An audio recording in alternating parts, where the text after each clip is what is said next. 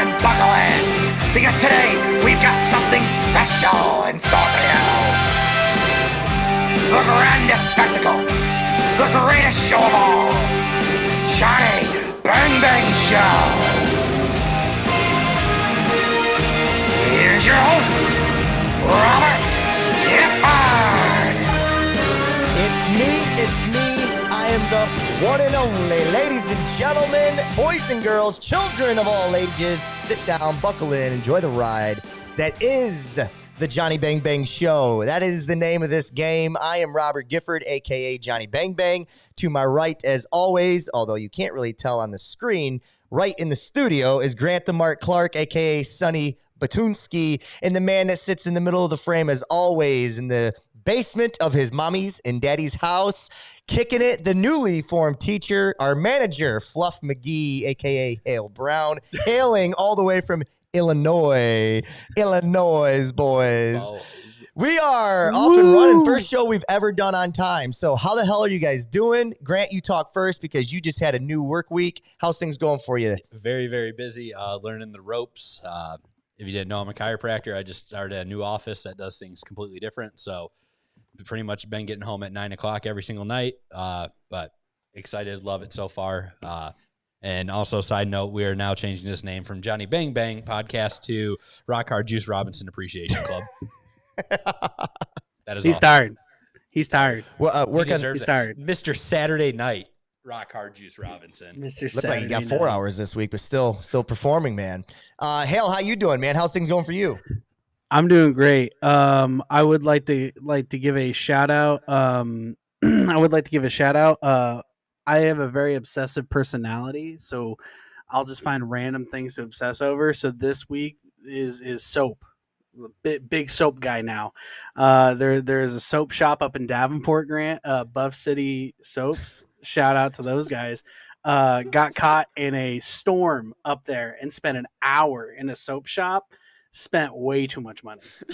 Is this a true story? I thought you were going to This is a true story. we about soap. we were in like a severe thunderstorm warning, and we didn't want to go outside, so we just chilled out in a soap like a soap store and just hung out and bought a bunch of soap. That's beautiful. And if you're wondering why you can no longer see Hale, that's because he sways back and forth from frame Oh to my frame. gosh, sorry. Sit up. Sit in your mark. Don't man. make me call your mom and tell her to work on your posture.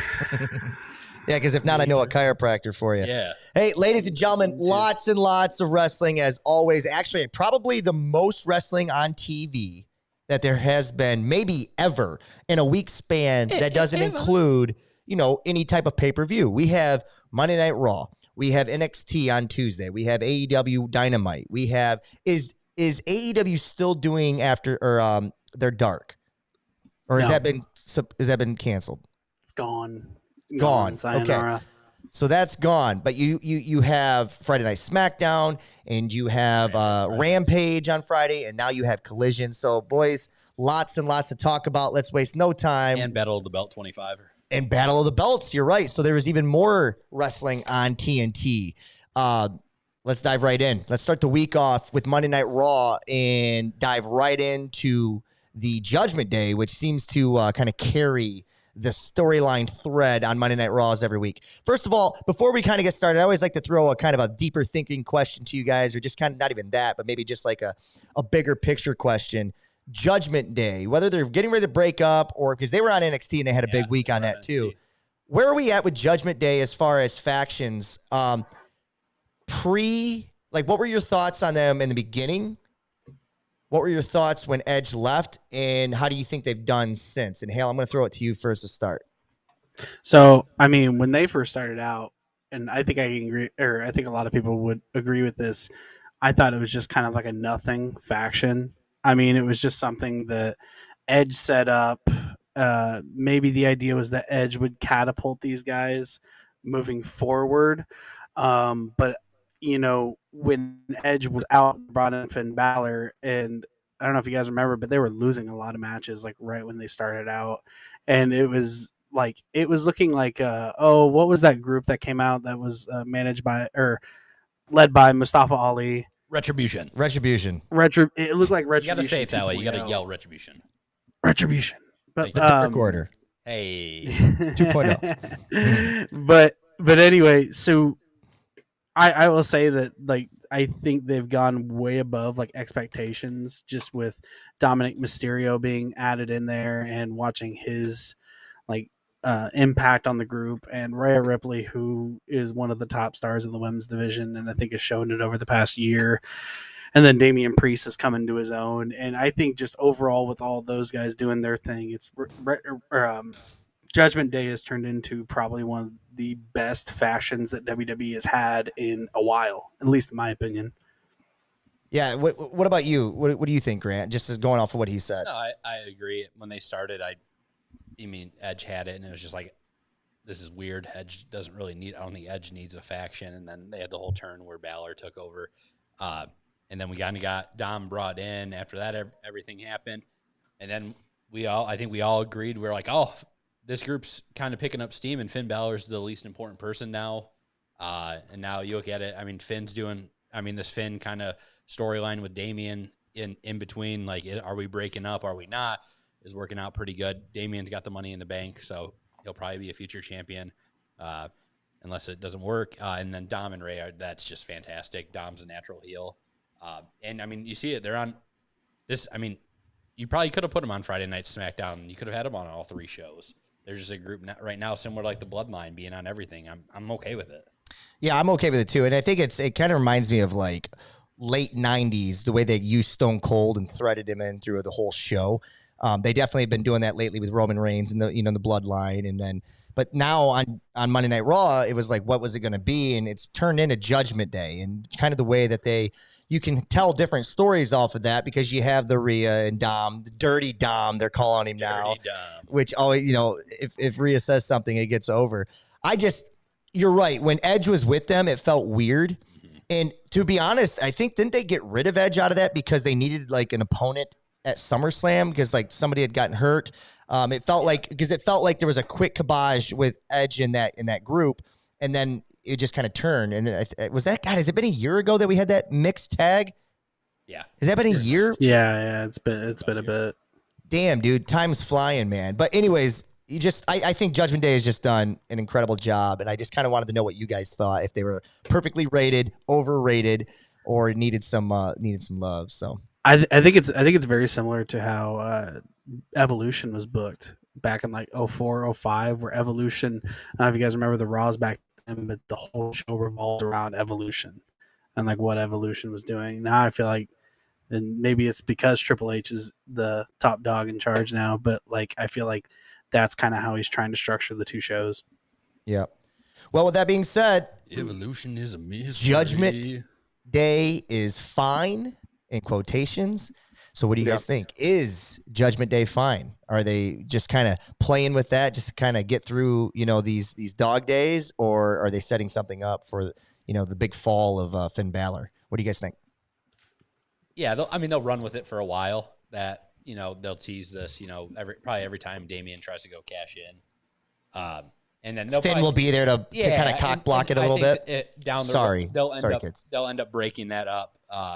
Finn will do his own thing. Damian will do his own thing. I hope they keep Dom and Rhea together. I just kind of want to clarify what I mean by cock blocking.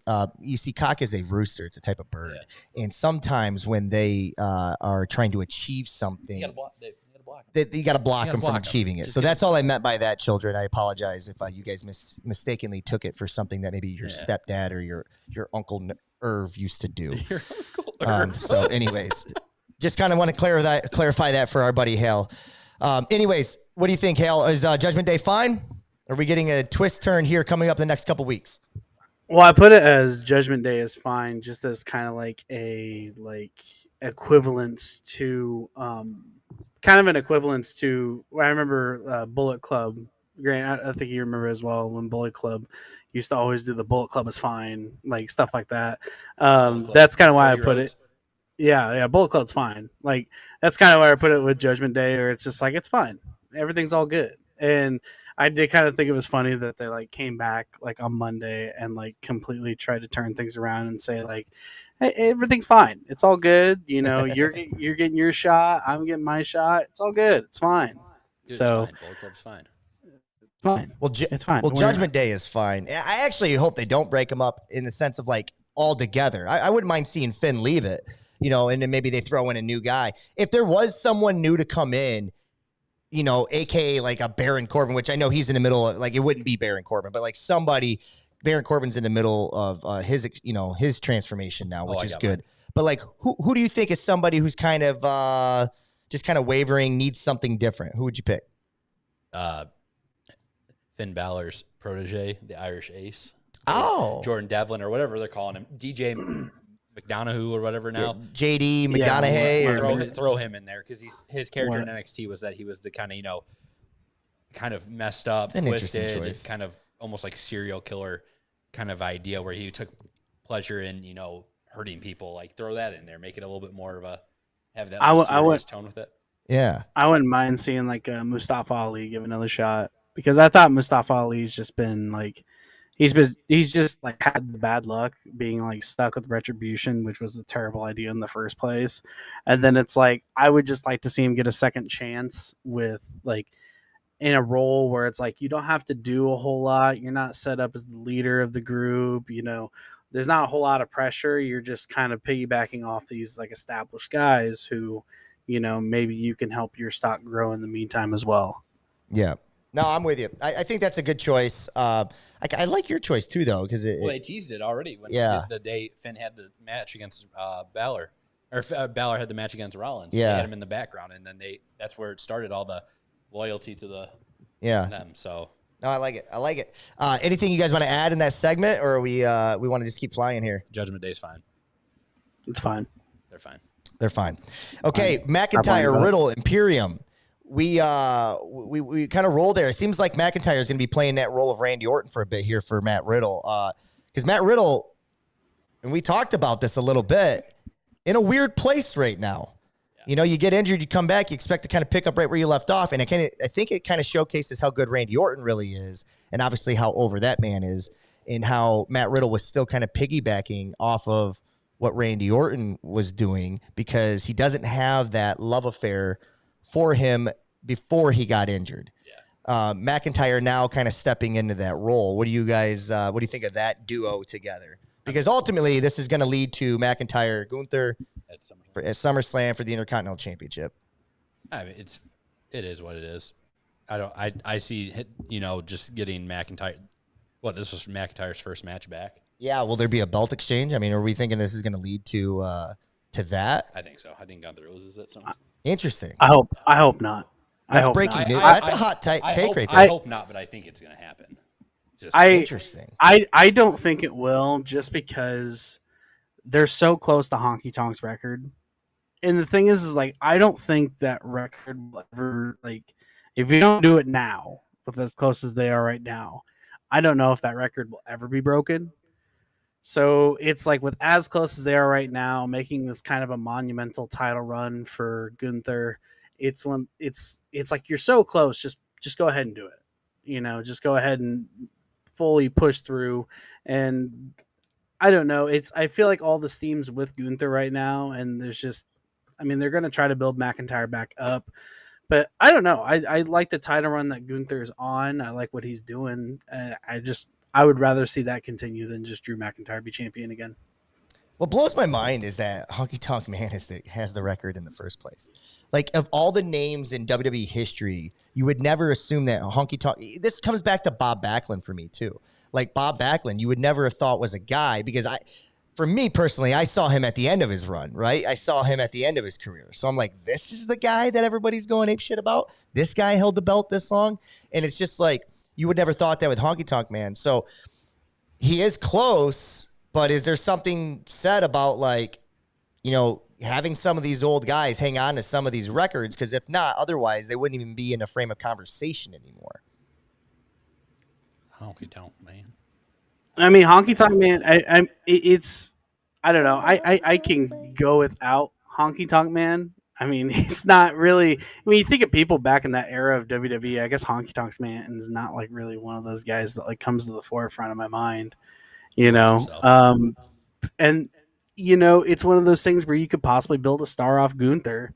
Like, hey, yeah, I have the longest intercontinental title run, like this belt that's been around forever. Yeah, I have the longest version of it. So I got I, I got to be honest with you. So I'm kind of leaning towards. I know we're not at our prediction show yet, but I'm kind of leaning towards Grant's take on they get it off of him because I think they're ready for Gunther to be the next challenger for Seth Rollins. Yep. Like I think they're going to start building a feud off of that, and I think that's going to be a fantastic feud.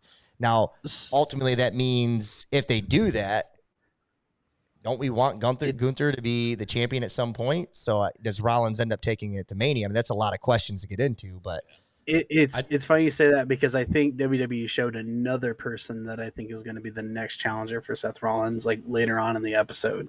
oh, And I okay. think it's going to be the big faction. Oh, we'll want me talk to about it wait? when we get there. Yeah, Okay. we'll wait when we get there. But I'll point it out. I think I think I know what they're going to try to do going forward.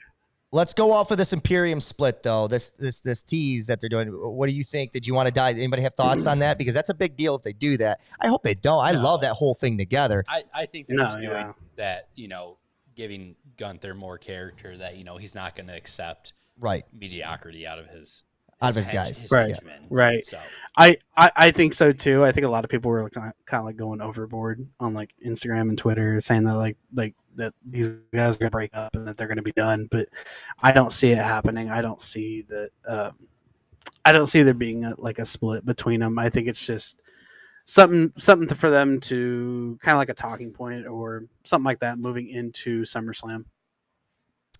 All right. Well, speaking of SummerSlam and speaking of, not necessarily splits, but like a massive viral moment that could have been that went flat on the crowd. Logan Paul Ricochet, right? This is, we all thought that maybe we get a Logan Paul LA Knight at SummerSlam after Money in the Bank. We always see the chemistry that Ricochet and Logan Paul tend to have. Seems like everything is these viral moments with them. They set it up to be that way. Logan Paul is the master of the internet. Ricochet is still, he's the master of the big moment in WWE when it comes to spots. What'd you think of that segment? Logan Paul, in my eyes, guys, he hits home runs when he steps on the show, man. He comes out and he just delivers promos. I think he does a great job with that. He gets the crowd booing him. He does a really good job for a guy that's had very limited time in his business. And in my eyes, he seemed to kind of get it more than Ricochet got it. What'd you think of that whole segment? I agree with you on that one. Explain why, though. Like, what'd you think? No, I mean, let's be honest with it. Like, why do we like Ricochet? In all honesty, because he can do the physical things. He can jump over the top, does do flips, a flip and land, and be like, "Wow!" Yeah. And every time he does that, I'm like, "Wow, that's awesome." But I mean, other than that, I mean, if they put him on the mic against each other, Logan Paul is going to destroy him. And it's like Logan Paul's been in WWE for about a year over now. I was thinking the same thing. I'm like, this was the worst idea that. I mean, if you want to have a good back and forth between Ricochet and Logan Paul, this is a terrible idea. Ricochet could just never do it. Like there's a reason we like Ricochet. It's because of what he can do in the ring. It's not what he can do on the mic. And it's like I kind of wanted to. When I was mowing this week, I listened back to our show and I listened to some of the other wrestling podcasts that exist out there. Of course, we're the number one. So if you guys, make sure that you guys are checking us out. We're on Spotify, Apple Podcasts, YouTube. Now you guys are listening to us on Twitch. And big news, we have a second show coming up this week, starting this Thursday, 9:30, with a big thing that we're going to try to pull off. We'll talk about that later in the show. But for now, just kind of want to talk to you guys about this idea that Ricochet is this generation's Evan Bourne, right? Evan Bourne, maybe there's a little bit more staying power with Ricochet. He seemed to have gotten over a little bit more in the last year with the powers to be. But like that's what Evan Bourne was there to do. He was there to hit that one spectacular move, hit it in a Money in the Bank, maybe hit it in a Royal Rumble or two, whatever. But like hit it straight into an RKO. Hit it straight into an RKO, send those viral moments, and then be on his way. And then there is no more Evan Bourne here. So yeah, because he became Matt Sydal. You're right, but not in this company. So I guess since there is a little more staying power and they are kind of showing Ricochet like, hey, we're giving you an opportunity here. This is a big spot for you. You're going to be fighting Logan Paul. I think he ultimately loses. I think Logan Paul will win that because he needs one. But like, dude, he did this unbelievable flip out of the ring. I thought it was awesome. But Logan Paul basically had to tell the fans how cool it was of what they just seen because that crowd didn't even react to that moment. The other thing is too, well, for the casual fan, I think it's mainly because Ricochet was just getting destroyed on the mic against Logan Paul. So if you do a flip, it's like cool, man, but you still got like put in your place essentially.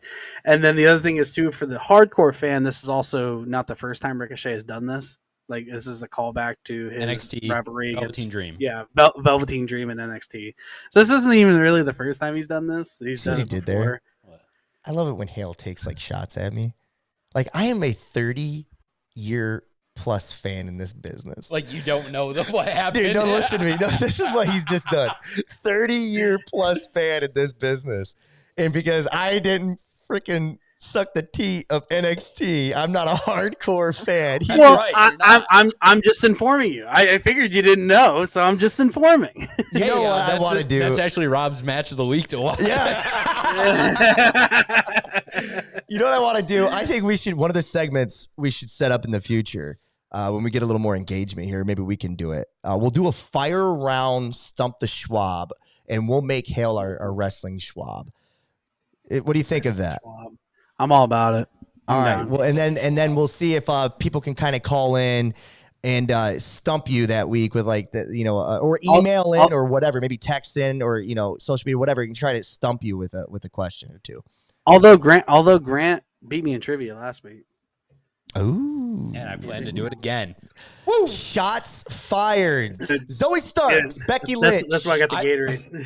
So I have nothing to say about this. Hale, before we got on, said he had something. Yeah, to he has about, a diatribe. He wants to go on. Take the mic. What was it again? Zoe Starks and Becky. Zoe Starks, Becky Lynch. Okay, so Zoe frame Starks your face first. Frame your face first, and then get ready. We'll sorry. give you the mic. Well, so the cam on my end. Move the camera, but not your face. I know. Sorry. The cam on my end says I'm perfect, so I'm trying here. There you go. Essentially, what I was going to talk about was Zoe Starks, Becky Lynch, and how in this match Zoe Starks ended up winning, and I know it was because of interference from Trish Stratus, but I mainly kind of wanted to get across here. I don't think I've seen a wrestler stock with the fan base drop as much as Becky Lynch's stock has dropped over the past 3-4 years. I mean, back in Becky Lynch's prime, in his heyday, she was like the face of the women's division. She was the man. She was the person that was going head to head with, anybody on the roster for best segment, best appearance, all that stuff. Now she's losing to Zoe Starks, and I know it's because of Trish Stratus and wasn't necessarily a totally clean win. But it's still one of those things where it's like, my Wrestling 2023 bingo card. I'm not putting Zoe Starks beating Becky Lynch on a regular Raw. Like, that's not something I would foresee. And this is the same girl that it's like we put her on such a pedestal previously. Like, again, 4 or 5 years ago, and now it's like I don't even think she's top 5, top 7 women's division right now. Okay, so I want to go off of that with you. I agree with you in parts, but I also think she's not being presented as a top 5 or top 7 right now, right? Right. That's what I meant. So I think the moment she steps in a ring again, so she's always a credible opponent, challenger. Like, we would never doubt that, right? If the WWE wanted to kind of put the machine behind her again, I think she could get close to that, but I don't think she's going to get to where she was. I think her stock was so high because Nia Jax hit her in the freaking face. She had an unbelievable visual, this imagery that we kind of like thought, oh, what a badass. She's up there with a bloody nose. It kind of happened again not too long ago with Zoe Starks, which is what I kind of thought was really cool. But with that being said, I agree with you. Her stock has fallen. But I'm going to be honest with you. I thought her stock kind of went too high in the first place. There was a moment there where, like, people, if you remember, there was the Stone Cold Becky Lynch rub back in one of those Raw anniversary shows. And I'm not 100% sure that she was ever deserving of that type of clout, but she got it. The fans loved her. In just my eyes, I'm not sure that because I never thought she was better than Sasha. I never thought she was better than Charlotte. And There was probably a handful of other girls that I liked better. I mean, I liked Alexa Bliss better, but that was a preference. I could see why Becky would be better. But as far as that goes, I never thought she was the head of the show, but she was for sure the top 3 or 4. But they were presenting her like she was stone cold for a while. Right. That's what I'm saying. Like how she was booked and how she was presented. She was presented as, not just one of the top commodities of the women's division, but of WWE in general. Like the way she won the Rumble. I hated the way she won the Rumble. But because she just kind of came out, beat up someone, took their spot. I'm like, well, that's not. Yeah, I'm like, that's not how that works. Right. You can't. Right. You can't just do that. She's on the cover of the video game. She's like, she was like the. Was it? That was the one that stopped. WWE had to take a 2-year break. Dude, Grant shooting hot takes left and right. Not really I don't know. Everybody agrees with that. I'll go back to daydreaming. Sorry. Well, what do you think about Becky Lynch? What do you think? So, like, where are you at right now? I'm going to ask this question. I'll frame it this way. You can choose one of the 3. Overrated, underrated, perfectly rated. Where are we at right now in your thoughts? Overrated. Becky Lynch overrated? Yeah. Hale? Overrated. So maybe WWE just sees the same thing that we see right now. I mean, with 3 guys sitting here, not one of us thought she was underrated. Overrated. So I think right now where she's at, I think she's perfectly rated. She's just always like, I don't know. For me, it's like, you can know when you turn on Raw, you're gonna see Seth Rollins, you're gonna see Cody Rhodes, you're gonna see Becky Lynch, and it's like I would rather see. In all honesty, I'm enjoying what we're gonna talk about, seeing Maxine Dupree more than I'm enjoying seeing.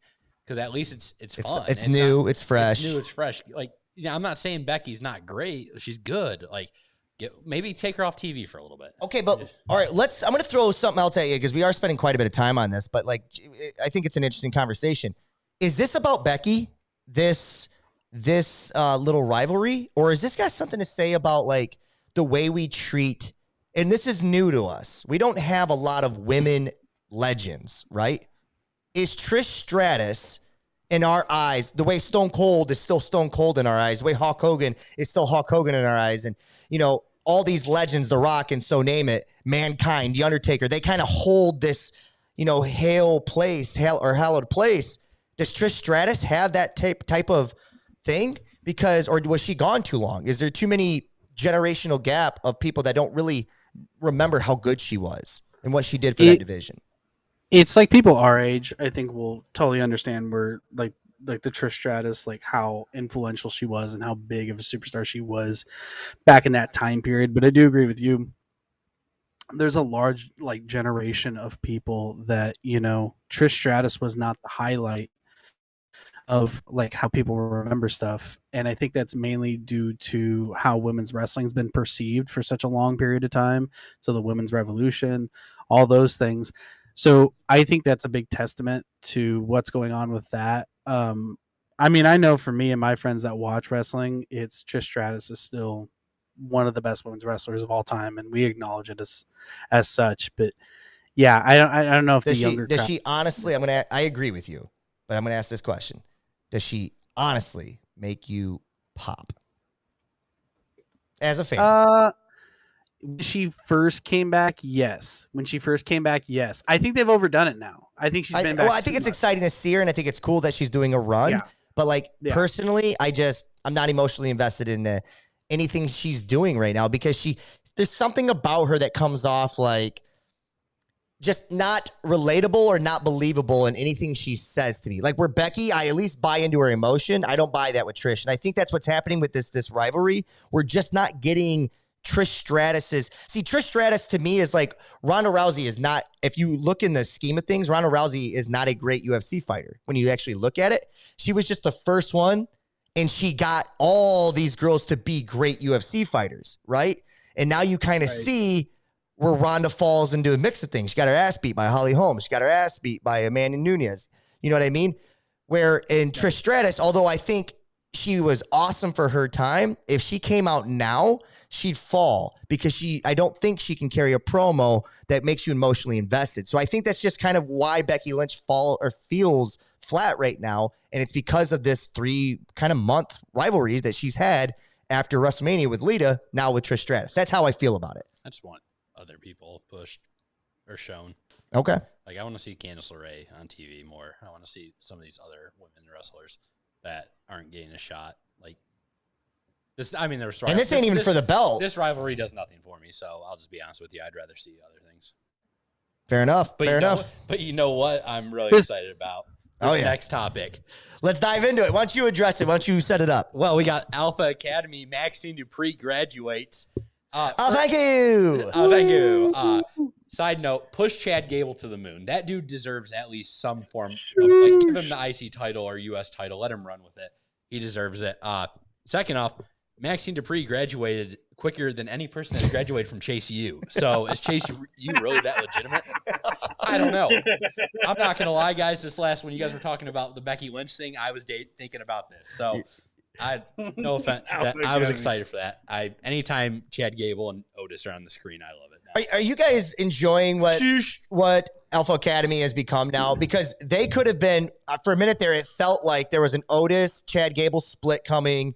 We were going to get an Otis, Maxine Dupree type thing where maybe we got, kind of yesteryear like we did with Otis and Mandy. And then who knows what would have happened to Chad Gable there? Like, are we glad that they kind of went this route with it rather than what they... Rob, I thought they were going to break up like a month into being a group, and they've been together for 3 years now. Yeah, dude. And they're getting better and better, and I'm actually invested in seeing them. Like, I don't watch Raw all the time, but when I don't, I check Twitter, and whenever I see a clip of that, I probably watch it 3 or 4 times just because it's always funny. Yeah, and it kind of goes to this thing that Miz said on Busted Open this week. He talked a lot about how these young guys don't really realize that you might be given 30 seconds, 60 seconds backstage, and that's the only air time that you're given that week. You got to make it matter. Who does that more than Chad Gable? Like, who does that more than Otis? Otis might not even say but 2 things, but baby, the things he says, when he's eating watermelon and not speaking. Kentucky. Look at Otis got over a gimmick of them being compared to heavy equipment. Chad Gable got over Shorty G. Yeah, dude. Like, you're right, and they just seem to get more and more time, and I'm just glad they didn't break it up. And Maxine Dupree now has a personality. Yeah, she's fun. Right. Whereas Maxine Dupree when she first came up was managing. I remember what they called them, but the fashion models. I can't even remember their names, but yeah, those guys. It was male, whatever. Maximus male models. Mason Mansour. Yeah, that's it. Maximum the male one models. the one that Eli Drake used to manage. Yeah, that one. Yeah. They literally chanted "You deserve it." Yeah, I know. In a segment, that's awesome. By the way, I'm a big Eli Drake fan. Yeah. Let's fly through. Does anybody have anything on DeVille, Green, and Chance and Carter? No. Nope. Gone. Okay. Bronson Reed joining the Miz in his little Ciampa Miz. It literally means that was a fun little match. That was a fun match. I think it's leading to we're gonna get Gargano back. DIY versus Miz and I'm okay with that. And we were just talking about how Miz felt like he was in this weird trouble land, but them showing that they're going to continue to give him a rivalry, especially versus Ciampa. I was okay with that. I feel a lot better where Miz is at now. I love seeing Ciampa in a no DQ match too. I don't know. Yeah, I love it. I'm with you. It was a good match. Shayna Baszler versus Emma. Any thoughts on did it help you get more invested into the Shayna Ronda? No. Poor Emma. Really? Hale, Grant, I'm going to ask you. I want one answer response to this. Does Shayna Ronda lead to a loser leaves town match? Yeah. I'm not going to say retirement, but loser leaves town. Will it? Or would it be a good idea? Will it? I don't think so. I don't think so. Should it? Yeah. There's speculation around leaving, so yeah. Dummy. Yeah. Cody challenges Brock because everybody in their life has a Brock Lesnar in their life. It might be your boss.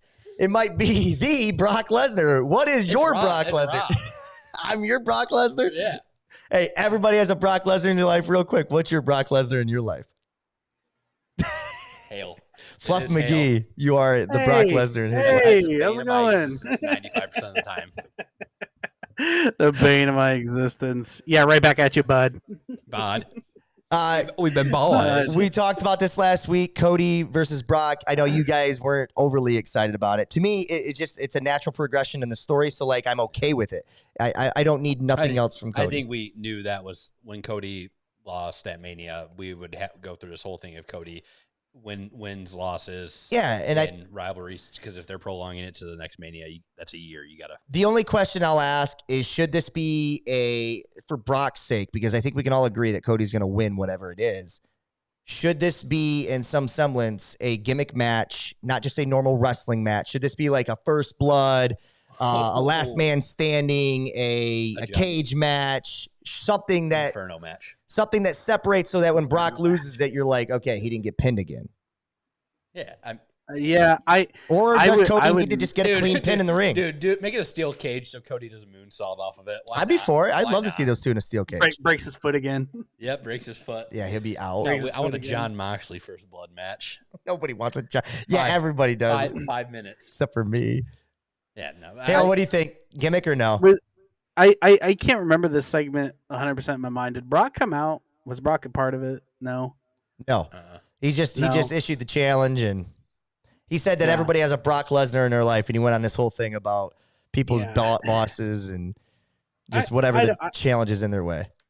Man, I don't know. Like, I might be the odd one out here, but it's just I feel like you need a stipulation because I just have no drive for this, like for the match. You know, I'm not really excited for it. I feel like it's one of those things where it's like maybe a stipulation get me more into the match, but it's like I feel like we've been there, done that. I feel like I've seen it, and I don't know. So what would you? I'm going to give you 60 seconds fantasy booking since WrestleMania.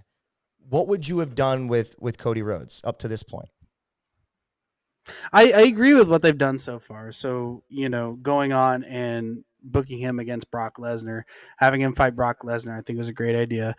Now, at this point, it's starting to get to the point where things are getting a little stale between him and Brock. And maybe it's just because it's hard to get both of them in the building at the same time. Sure. But I would like to see Cody Rhodes maybe like try to go after Seth Rollins' title and like fail at that, maybe come short of that. See, and I don't agree with that. But you think if he fails at another title, I think we start losing luster for him. I think he's got to be building rather than continuing to fail on the world championship stage. I don't think he should lose it clean. Like I think it should be one of those things where I would like to see to where. But Seth Rollins is the face now. This is the thing that I think, because I think we can all agree that next WrestleMania we want to see Cody versus Roman again. You know, it's tough when Cody's on Raw. I would like to see Cody try to get Roman Reigns into like interfering in a match. You know, like to where he makes him so mad that Roman Reigns will want to interfere and want to make Cody mad and all these things, to where, you know, it is more focused on their rivalry than it is like, you know, Cody versus Seth. Okay. I don't know. It's I'm not saying that I can book it better, but it's one of those things where it's just I just kind of getting like a little tired of Brock versus Cody. That's your bathroom break at SummerSlam is what you're saying. I'll make sure I tell Brock and Cody that when I see him. Dude, I made a joke about it last week that Cody's next person he's going to go against is Omos, and I really think it's going to be. You know what? You very well could be right. And it makes sense. Like, I wouldn't even be mad about it because he needs to be. You beat Brock Lesnar finally. Hey, we're going to give you the Nigerian nightmare to go against you. Like, have fun. Seth Rollins, Sami Zayn, Kevin Owens, Judgment Day. They closed the show. Whoa. We forgot something. We forgot the one I was going to talk about. You forgot Lashley and the Street Profits. That's on SmackDown, bud. That's on SmackDown. Oh, that was on SmackDown? Dang it. Yeah. I got my shows mixed up. All right. Swabby. Swabby, baby. Get him out of here. Swabby. Well, we stuffed the Schwab already. Any thoughts on this? I mean, it didn't really, in my opinion, prolong anything except for kind of make us feel like Judgment Day is on the same page going into NXT. Yeah, and I mean, it was good to see the fans kind of back Sami Zayn again. Yeah. They were loud for his theme song, stuff like that. So I know his kind of push has cooled down Yeah. since Mania, but again, that's because he's not being pushed down our throats like he was at Chamber. So I mean, they could go back to doing it. I'd be fine with that. I have nothing else to say. hell, I want to talk about SmackDown. Yeah, it seems like the stereotypical WWE main event where take the top guy, put him with the top tag team, let him fight a stable, Hey, the tried and also true, side- the old reliable, 101, baby. Hey, side old note, reliable. Rollins with the wings was hilarious. Dude, that was great. Non-casually just coming out eating wings. That was Yes, funny. yes, Yeah, that was I'm a great. fan. All right. Okay, SmackDown we go. Wrap up WWE this week. Friday Night SmackDown, they started off with Bianca, Charlotte Flair, and just kind of had a little bit of Asuka in the back. They had their promo. Where are we at? We've talked about this briefly just with, kind of the way they're doing this storyline. I don't think any of us think Charlotte's going to win, but like, have they convinced you that maybe she will yet, or are we still not there? I mean, is this going to be ultimately a triple threat match? Is that what they're leading to? I'm always in the camp of the lol Charlotte wins, to where it's like, maybe like it doesn't seem like Charlotte has any chance in the world, but it's Charlotte Flair, and I just feel like it's one of those things that I could just never count it out. I can see them WWE just being like, we'll just give it to her. Like It's a women's title. She hasn't won. I could still see them.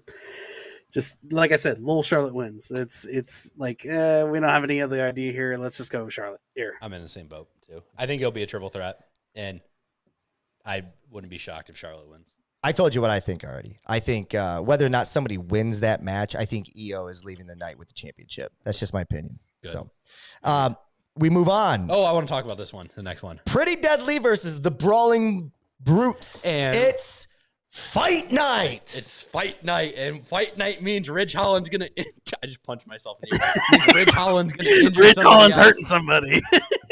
Darn it, Ridge! I know I feel bad for him. In all honesty, the Big E incident was kind of just a freak accident, and Yep. I think this was one too that it just. Do we know what the extent of the injury is? I can, Just how long is he going to be I think out? it's only a couple weeks. It's not a super severe, but it is something that that he had to be checked on. And what stinks about it is Pretty Deadly has been getting some time, especially wrestling. And Yes, boys. and that's a big deal for when you're new. These injuries, we already talked about it with Riddle. Like, you don't want these things. And when you're a tag team, you're relying on someone else. And that's the difficult part, So I don't know. I think, hopefully it is only a couple weeks so that they can come back into the fold a little bit. Because if it's longer than that, Pretty Deadly might be done. Yeah. They might be pretty done. And the sad thing is, man, Ridge Holland has improved drastically too since being put with Butch and Sheamus. He's gotten so much better. And it's like, man, then we get an injury. Yeah, because he was kind of the Finn Balor of that group, the least cared about. And then, I mean, he's still the least cared about. But, but at least he's cared about more. Yeah, you know what I mean? I at least know he's gonna put in a good fight. Yeah. Rich Holland is almost getting as unsafe as Seth Rollins. You bite your tongue. He's almost. I mean, what about Nia? Where's Nia? Naya's on her way to AEW right here. Hey, yo, strap every title. No, please. That was my pitch. You remember? That was number one pitch in Grant's predictions. I do remember that. Bailey Vega, any thoughts? If not, we move. Oh, No, good for Selena Vega getting screen time. Yep. She deserves it. Good for her. Okay, main event, Jey Uso. I have one thing good about Selena. That's good that she's getting time, because if you would have asked me 3 years ago, is Selena Vega ever going to be wrestled? No, she's going to be a manager. Yeah, that's fair. And she's proved she can go in the ring, and the fans actually are backing her. I like her with LWO. You can continue. They missed the boat a little bit at Puerto Rico, but I thought they were fine. I didn't think she needed to win, but they could have gave it to her and gave her a little love for a month or so, but it's fine. She was going against the champion. I know.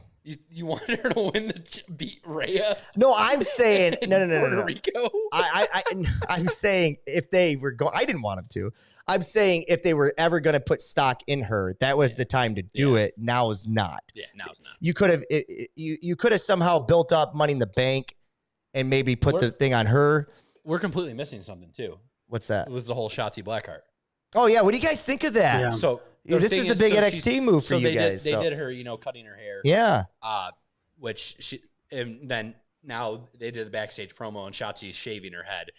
Her sister has cancer, so that's the real reason why she's Interesting. Did not know that. And yeah, it got brought around the internet after. But yeah, That's we're gonna pretty see cool, where dude. the ballsy badass is going after this. So I mean, Yeah, do you guys like kind of the more sadistic, maniacal kind of version of her? keep the. She seems like somebody that needs like just a new like restart, like because she was up on main roster and just didn't do a whole lot. I know she had a couple botches, you guys like, help ladder me. matches and stuff. She has a very cool thing with the tank, right? She has a unique look. But what is she? Like what? She's supposed to be a like Daredevil a kind of character. She's a Daredevil? like a punk rock, Okay. like a punk rock, like Daredevil. Her nickname's the ballsy badass. Okay, so she should be okay. I'm for it. I just table spots, ladders, shouldn't that have been sold to me? She's been on the roster now for almost a year. Well, I mean, they did nothing really when they brought her up to the main roster with my girl Tegan Knox and put them in a tag team. Right. So. Yeah. They just threw him in a tag team that's like, oh, they're gonna debut one day. They beat somebody big, I thought. Like on they challenged for the women's tag. Yeah, they were fighting for the tag teams for a bit. Yeah. So when Charlotte, like when Sasha and Bailey had them, they were fighting for it. Yeah. So I'm good. I got it. Next. Main event Jey Uso, boys. So the next version of Sami Zayn is now here. The crowd is behind him. That's my tribal chief. You are now building to the. Oh, you acknowledge. I acknowledge main event. I do not acknowledge Jey. I don't acknowledge main event Jey Uso. You don't? I do not either. My tribal chief is Roman Reigns. I don't want to watch SummerSlam with any of you. Then. Why don't you have some faith, Arthur? I mean, he's not going to win. We all know he's. Why is are you sweating? Why is your screen like so blurry? Clean your screen off. It's like maybe it's the streaming blur. I don't know. I have no clue. I didn't touch it. Too much. I was acknowledging. It looks like your windows are fogged up. I want to ask this question. The air quality. It's the air quality over here. Fair. Darn Canada. Darn Canada. I want to go out on a limb and say that Jey Uso, even though he is well loved and the crowd is behind him right now, like this is not the same type of movement that Sami Zayn had. No. Is that fair to say? Yeah. No. That's a mild take, right? I think, but from the fans, there was a mild belief, like a small chance that he might Sami Zayn would do it. I don't think it. I know for me, and I know for a lot of other fans that, there's really just no faith that Jey Uso is going to dethrone Roman Reigns. Have some faith, Arthur. I don't. I have zero faith. Okay, so if there's none, what would you need to see between now and SummerSlam that would make you actually believe that Jey Uso might win it? Because I'm with you. I actually, for a minute there, I was like, holy shit, Sami Zayn is so beloved. All that was the crowd reaction behind him. I'd have to say him just destroy I think it's.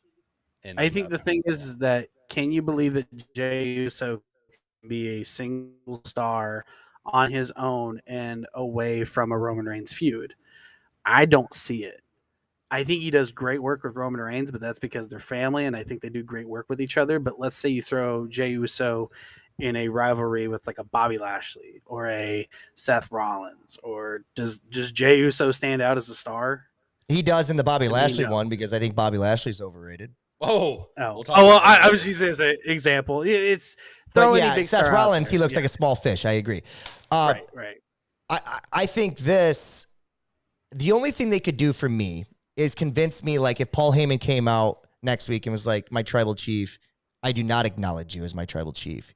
And he goes with Jey Uso, and like Solo Sikoa like leaves him, like to a point where I believe this is the ending of the storyline. Are you gonna say that super kick that he gave to Paul Heyman? No, I know. That's what I'm saying though. Like because he super kicked him. My point is that would be the only way I could get there. Is like he comes out and he goes, "You are my tribal chief." Here's how they should do it. Change that man's heart. Yeah. Roman has to go do it by himself. Paul Heyman's in the hospital from that super kick of doom, and then Solo just looks at Roman and says, "You're doing this on your own. If you want to prove you're tribal chief, you got to do this on your own." Right. And then it's just Roman Reigns on his own against Jey Uso or Michael Cole. great line though. After the puppeteer just had his strings cut. I like He that. got super kicked. I like that. God, Paul Heyman learned to sell a super kick, please. Paul Heyman better oversell that. I better not see him on TV for a month. I think He might not be. You might not see him until SummerSlam. Big John Studd's heart punch. We got Jey Uso's heart kick. Jey Uso Solo Sikoa promo. You guys got anything from the Solo Sikoa side of the camp? I mean, it's just what we talked about last week. I'm fully bought in with. I think Solo Sikoa could be one of those guys that's a star moving forward in the future, and Yeah. I think it's really evident when I hear him talk. And I think it's just one of those things where it's like, if you build it, I think he can really be one of those stars. Yeah, and I think it's coming. It's just they're not in any hurry, and they don't need to be. Hey, you know how you talk about how the bloodline, they need to bring new character players in? Yeah. Umaga's son wrestled his first wrestling match last night. I saw that. Yeah. I saw that. Interesting. What's his look like? I mean, He looks nothing like them. No, he doesn't. No, he. Mm. I mean, Grant, tell me if I'm wrong. Isn't he like super thin? Yeah. I mean, he's not. Yeah. I mean, he's thinner. Like he doesn't have the look like the other ones have. Yeah. But no, it's gonna be cool. What do we got next? I think we should move on, boys. Fatal 4-way. Escobar won it. He beat Now, what was the purpose of this Fatal 4-way? for the I think the U.S. Championship. Yep. So he beat AJ Styles, Butch, and Grayson Waller. Because one thing And that's then- not on this rundown is the LA Knight promo. I don't And know. That was was that before or after? but it might be after. But Oh, like, you might have printed it out. It's on there right now, but yeah. okay, we printed out before that. And so big things that led in this. So Karrion Kross attacks AJ Styles, so that's going to continue their feud. No, which I know he attacked OC, didn't he? yeah, he attacked. Karrion Kross attacked OC. So I think the idea is that Styles goes on to face Karrion Kross. Now, I think the question is, who wins that? I don't know because it should be Karrion Kross, but Karrion Kross lost to them last week. It's one of those things where I think Karrion Kross should win because I want to see Karrion Kross get pushed. But at the expense of AJ Styles, I mean, this goes back to when I was first on the show. We talked about how I think AJ Styles is going to turn into a Dolph Ziggler. Well, if you have him losing to Karrion Kross, who's got no momentum, no steam, I mean, is he just turning into a Dolph Ziggler? Probably. It kind of seems like it a little bit to me. Well, I don't think you can be in the running for everything all the time, but AJ Styles needs to be in a big rivalry. So if it leads to a continued rivalry where there's momentum with Cross and it actually feels bigger, Right. but like they've done nothing to make Cross feel like a main event player at all, other than when he first got there and what his work on NXT.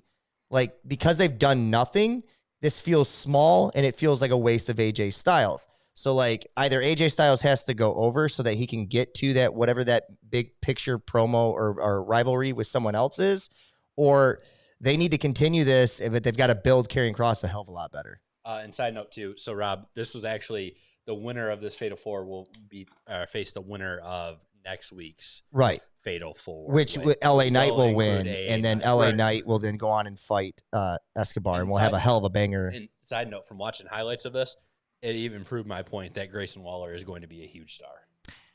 It did seem that way. Michael Cole even brought up how Austin Theory and Darren Waller are getting compared to a lot lately.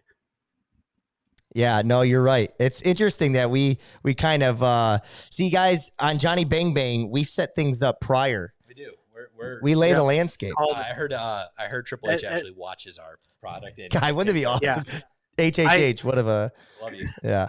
I'll give the old fashioned saying what like my dad always says, like when he's watching like sports or anything like that, where he like will call something and then they'll say it like on the announce table. He goes, "I can do their job. I can do their job. It's easy. I can do that." So really the big thing is next week you have Rey Mysterio, Cameron Grimes, Sheamus, and LA Knight. Your boy Cameron Grimes getting some TV time. I do love Cameron Grimes. I do not. I do. But I like him when he was a Carolina caveman. I don't care for like GameStop. Bought the stocks in GameStop and got rich. To the moon. What's funny is does you anybody should else have watch anything, or him can when we he get to the first. next Well, topic? did you want to talk Lashley Street Profits? So that happened next. Lashley and the Street Profits met up, and Right. are you ready to go talk? So are we getting Hurt Business 2.0, or are we getting a new I faction? I feel that like that's where it's at, and I feel like after the Jey Uso stuff, I feel like Bobby Lashley is going to try to be the next contender for Roman Reigns Yeah. Ugh. with With the Street faction, Profits. okay. With the faction, I'm okay with. Dude, no, what's going to Right. happen? Let's be honest. They're going to run through this, and then MVP is going to come out 1 week, and we're going to have Omos and the Hurt and Shelton and Cedric well, Alexander Cedric versus and Bobby Sheldon. But time and out. Hurt Street But that's the Profits. question. I mean, That's is going to be a banger. does MVP does he come back to the Hurt Business? Oh, I wish. I hope. That And would if he be awesome. does, you just said that Reigns would fight Lashley. That means Lashley would be the face. Then that means MVP and Omos have to be faces. So then there goes your Just Omos. get rid of Omos. There goes your Omos Just- Cody Rhodes thing. Dude, get rid of Omos. Like MVP in that group. That's what the Hurt Business should have been from the start. Street Profits, Bobby Lashley, and then who's the fourth? MVP. Just keep MVP in it. Well, you don't wrestle though. Give me a fourth guy. I want a fourth guy. Oh, you want a fourth? I guy? want a fourth guy. I like factions of 4. Oh, easily. Br- You pull him up. Carmelo Hayes. Ooh. I was pull going to him say up that too. and- I was going to say bring up Ooh. Carmelo. If you want to add, I don't even care. You can put Trick Williams with him too. Bring Dude. those up, No, guys. no, no. I love that faction right there, boys. That is you got talkers. solid I mean, one. outside. You got a big man. Montez Ford talks. You got Carmelo Hayes can go on the mic. Boys can go, dude. Bobby Lashley doesn't even if you got MVP as his mouthpiece. Let him. Modern day Nation of Domination. Oh. You have all your pieces, dude. I'm there. All right, I love it. That's our Monday Night Raw or Friday Night SmackDown. That's our big show for the wait, week. you There, forgot. Didn't Asuka and Bianca fight and Asuka won? I crossed it off. We already talked about those Fair three enough. ladies. All right. They built what we're building there. We know. AEW Dynamite. Are we going This is to where I ours? hand it over. We're going to our side of the train now. Hail. This is your guys' Woo. side. Toot, Let's toot. go. 2-2. All right. So, I mean, we're running a little bit long. So Let's I'm hit gonna- the. Let's I'm hit gonna the. Yeah, go ahead. You say I that mean, every week. Jericho You and say that have every a week. match. Awesome. So Sammy wait, Guevara what'd you and say? Daniel Garcia beat. Whoa. Orange Can- Did you talk about Jericho and Commander? Yeah, I said they had. Is that what you brought up? Yeah. Yeah, they had a Okay. match. Yeah. They had a Anything match. else? It's Anything else? it's supposed to be the '90s throwback to Jericho versus the other mass luchadors of WCW, and it was Ooh. just as good a quality as those matches, don't you think? Dude, I don't care. Bring back the juice. Can- I want the juice versus Can, Jericho. can you sense the sarcasm in my I know. voice? Yeah. All right. So the blind tag team of Sammy Guevara and Daniel Garcia beat Orange Cassidy and Darby Allin. Then we get to the best thing: MJF and Adam Cole right now. That is fantastic. MJF and Adam Cole are money. They are They are great. I money love those together. two. And the Roderick vignettes- Strong's not happy. Roderick Strong is not happy, but the vignettes they had were hilarious. I loved the like Adam Cole was hyping him up, like, "Oh yeah, we're getting along so well." And as the phone call, like, "What do you mean you're not wrestling? Like, you just saw Brian Cage." Like, I saw Brian Cage. I'm not wrestling. Yeah. So like, Well- it's just everything they do is money in the ring. Like the storytelling they did, like with the body slam, they highlighted a body slam in a match that like in the year of 2023 as like the big highlight, They're getting and it's like over- they got it over. They're getting over a double clothesline. Double clothesline, Like, like they even fans did were on social chanting media, double they did- clothesline. On social media, they did a video promoting the video game where MJF the whole time is like, "I'm MJF and I love this game." And Adam Cole, I video game love fans, video "This games." game's awesome. And they're just like, and he's like, "You did a good job, Max." And he's just like, you can tell, like, But- they're just doing such a good. But that's because they're keeping it simple. Like it that's what wrestling is. Like that's the story, the sports entertainment. It's simple. You know what I mean? They're trying to get that over. It's not overly complicated. There's not like complex. We're simple beings. We like simple stuff. Just That's give us the fun if stuff. it ain't broke, don't fix it. Which leads into the match. MJF and Adam Cole beat the greatest tag team other than Magic Meat of Big Bill and Brian Cage. Big Bill and Brian Cage. At one point, guys, I That's- will have a Magic Meat T-shirt for the show. I sent it. I sent it to I know. you I saw it. I'm about to on buy Instagram. it. So you need to in buy the it. finals is going to be MJF, Adam Cole versus JAS. for that. What's our stock right now in Big Bill? Is he underutilized? Is he overutilized? Should he be getting pushed? And you think I think there's more potential in him, man. I really do. It's underutilized, but it's the problem that AEW has is there's so many guys Yeah. on the roster that you look at and go, they're underutilized, they're underutilized, they just have so many. Like, Do you remember in the 90s, though, when Shawn Michaels was making his run as the top guy? He had Kevin Nash. He had Psycho Sid. He had these, Ravishing Rick Rude. He had these meaty men as his bodyguard. I thought Big Bill was the next. He was just going to slide in and take Wardlow's place and be MJF's bodyguard. Like, how great would that have been? You know what I mean? Where you kind of have another big guy, and MJF doesn't need it, but like Big Bill needs it. Dude, he's underutilized just because of the fact he wrestles in Tim's. True. Like, he does wrestle in Tim's. And last time I checked, he's 7 feet tall, and you can't teach that. You can't teach that. You can't teach that. All right. After that, we have a semifinal: Ruby Soho versus Sky Blue. Sky Blue's making the rounds on Twitter, so go look that up for the reason why she's making the rounds on Twitter. That is all.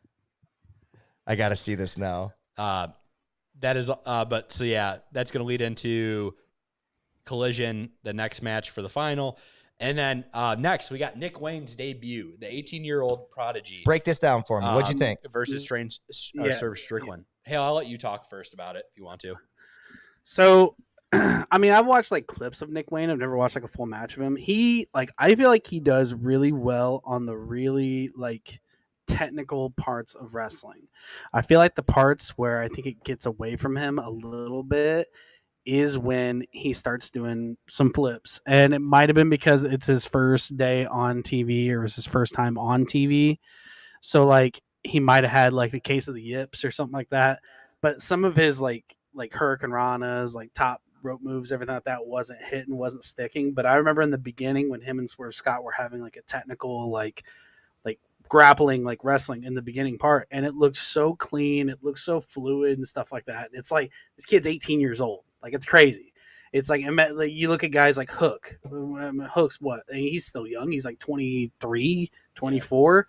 I mean, I can imagine he's doing stuff like that.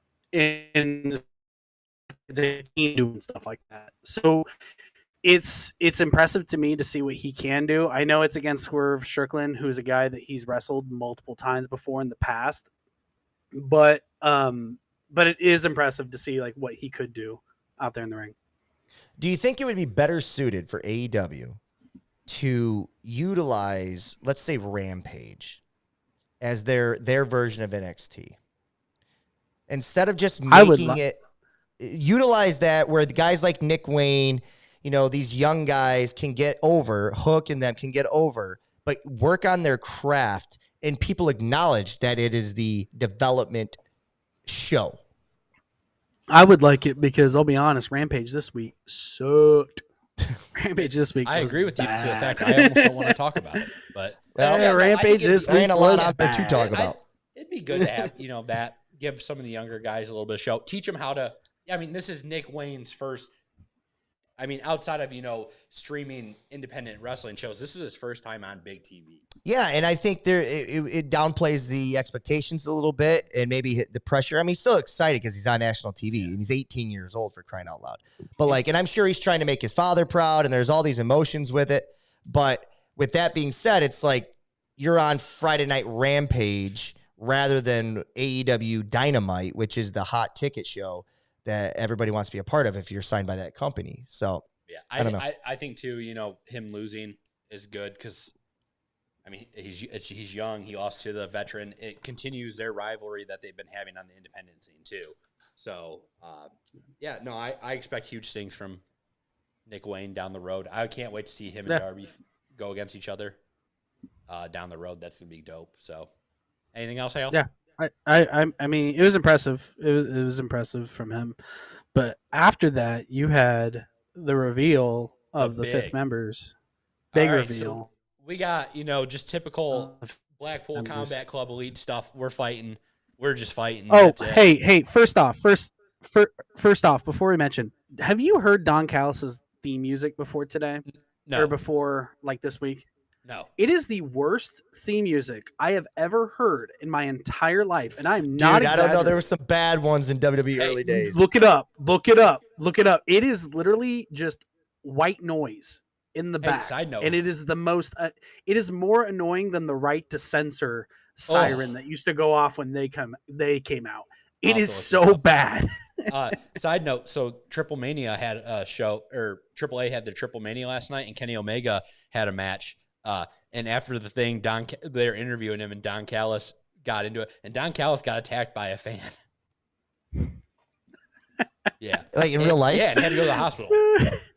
I did not hear that. Got No. attacked by- What I tell you, They thought it was like People it do was not actually like Don real. Callis. what I tell you, Don Callis is the most disliked The man. invisible hand, man. Oh Well, yeah. Here's the thing, though. Here's the question: is that a? I mean, of course, it's a bad thing. You don't want a fan attacking people, but as a heel, I mean, the old school heels will always tell you when the fans have a hard time believing like what is real and what is not real, You're doing and a like good job. actually have that hatred. Does that mean that Don Callis is a good heel? Oh yeah, I think Don Callis is a great heel.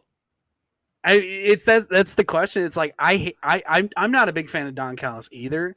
But the thing is, I will say Don Callis gets people to hate him. Oh, People that's hate that's Don the Callis. true definition of a heel. Yeah, Like he's a heel. So it's like, does he do a really good job at being a heel? Like, does he do Yes. a really good job at what he's Because- supposed to do? Because here's the thing. Here's what people will argue about heels. A heel is not somebody that we should be chanting for. Their job is to get the baby face over. Yeah. Right? So Right. Don Right. Callis comes out and he makes you hate him. Where MJF is like, look, I'm presented as a bad guy, but you're going to freaking love me. You know what I mean? I'm going to be But he's a so good likable- at what yeah, I he's a do. You're likable going to bad freaking guy. love me. And that makes it hard for us to call him a traditional heel. Yeah. Right. All right, so let's talk about the group. So the Blackpool Combat Club is going to have the returning Pac as their fifth member, which he has history with pretty much everybody in that group. So especially Mainly the Kenny. trios. They highlighted Kenny. Yeah, because on him and Kenny were commentary. one of the first matches. Yeah. And then him and Hangman technically were supposed to be one of the first matches too, but things happened. And then brawling as always because they love to fight, those dastardly Blackpool Combat Club. And we find out, to no surprise, Kota Ibushi is coming to Dynamite. Yep. The Golden Lovers in blood and guts. I am excited for this. I hope Kota Ibushi lights fireworks off himself again too. That'd be awesome. Have you ever watched anything with Kota Ibushi outside of? I haven't. Well, And you did not watch the Cruiserweight Classic? I did not. Oh man, No. that was fantastic too. But I Yeah, do he remember was- you he was guys really talking good about in how the he classic. thought he was going to be the natural fit. Kota Ibushi is fantastic. Does everything. I mean, does strong style well. Does high flying moves. Does power moves fantastic. Him and Kenny. Right. I mean, longtime tag team partners. It's gonna be awesome. Okay. They're gonna do some crazy stuff in this match. Last Be a year's good was match. pretty bloody, I would say, and was a good match. This one's I think is gonna be even bloodier too. Your prediction? Oh, elite win. Elite. Yeah. Yeah, it's. I Like, figured if you're gonna have Kota Ibushi Yeah. in this match, Elite's probably. If it was someone if it was someone they brought in other than Pac, then right. maybe. But if you're bringing Kota Ibushi in and Pac's already in AEW, there's no way. So, all right, that's gonna be a huge one. So let's just go through Rampage quickly because Lance Archer comes back and beats up Trent Beretta, and then challenges for Orange Cassidy's title at Battle for the For Belt. the next night. Yep. Taya Ooh. Valkyrie wins her match, challenges Toni Storm for the belt.